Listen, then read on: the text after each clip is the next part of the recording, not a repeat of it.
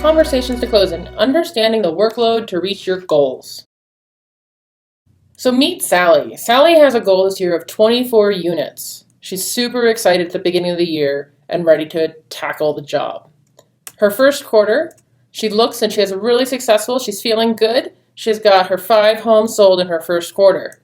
And then she realizes her pipeline's a little empty, so she sits there and meditates about it, thinks about it. What could I do to fill up my pipeline? She decides to send out some marketing pieces, and bam, her second quarter, she sells 3 homes. Now, it's halfway through the year, and she's getting a little nervous because she's only sold 8, and her goal was 24, so she's definitely behind. So she's now really racking her brain. What can I do? How do I fill my pipeline? How can I sell more homes? I'm not going to reach my goal. Doubt is starting to set in at this point. So she digs in deep and she pulls out, she does a couple client events and connects with some B2Bs, and she sells 3 more homes in her third quarter.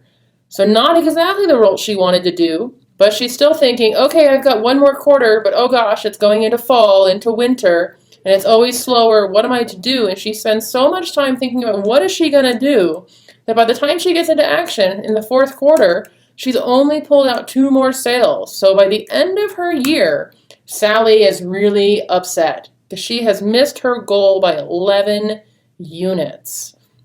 What could Sally have done in the beginning of the year to help her understand what she needed to do throughout the year in order to achieve her goal of 24 units?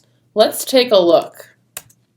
Conversations to closings. So the number of closings Sally wanted was 24 closings this year. So with that goal in mind, we need to look at another number, a very important number, the conversion rate of appointments to buyer or listing contracts. So what this number is it's how many appointments, buyer appointments or listing appointments, do you have to go on in order to secure a contract to sell a home or a contractor to help a buyer buy a home? We suggest 50%.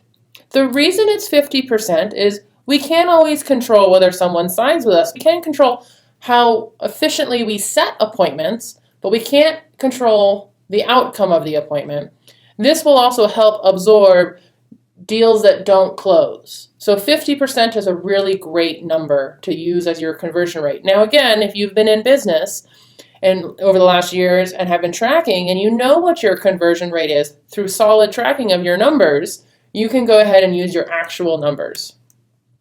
So the number of appointments Sally has to have every year, now an appointment being defined by an opportunity to get a buyer's agreement signed or a listing agreement signed, she has to go on 48 appointments to get 24 closings for that year.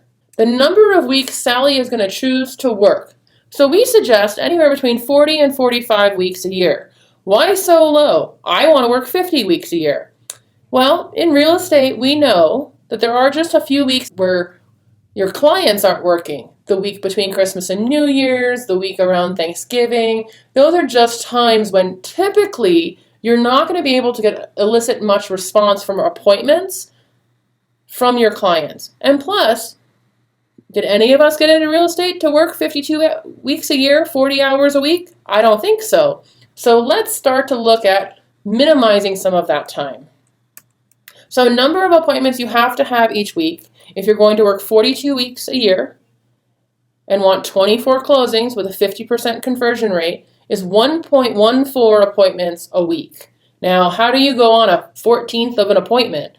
Obviously, this is going to be a running average. So some weeks you'll have 2 appointments, some weeks you'll have 1 appointment, some weeks you'll have 3. Other weeks, it may happen. You may get the big goose egg and have none. But really, when you look at it month over month, you want you averaging out at 1.14 per week. Number of conversations to get an appointment. So this one's always a bit sticky. Number of conversations to get an appointment. An appointment, again, defined as an opportunity to sign a buyer's agreement or a listing contract. So let's dig into this number of 25. So here you can see in this chart the number of dials, answers, contacts, how good you are on your scripting, how many conversations you have, how many leads does that make, appointment ratios, and then listings and contracts taken. So if we look, You can see here on the left, we have the different sources of real estate business. Past clients, your sphere, for sale by owners, expired, neighborhoods, which would be farming. These are some really great averages. If you've been tracking your contacts and your ratios, again, go ahead and use yours. But for Sally here, who hasn't been tracking, she says she's focusing on her past clients and her sphere. So we can see if we go over to the contacts, that somewhere in there is an average of 45 to 56 contacts to go get one listing. But here we're looking at just appointments. So that's how we got to 25, because if we average between here, the two appointments, 25 is a good number for that. So the number of conversations to get an appointment for Sally, we're going to run at 25. I want to take a moment also to define conversations and/or a contact. This is a two-way face-to-face conversation or a two-way voice-to-voice conversation. And because of where technology has taken us, we have to include the text message. With this, you really want to be looking at, am I authentically having a conversation with this person? Not just blasting an email out, blasting a mass text, doing a slide dial. Those are not conversations or contacts. Really think about, is this leading to the point where I can ask for a referral, create some memorability, and get this person to call me back to look to have someone buy or sell or invest in a home with me? So, number of conversations each week Sally has to have in order to get her 24 closings. We take the 25 conversations to get an appointment, divide that through your number of weeks working, and she has to have 36.25 conversations each week in order to move her business forward. Why does this help Sally? This helps Sally from getting into the fits and spurts of real estate.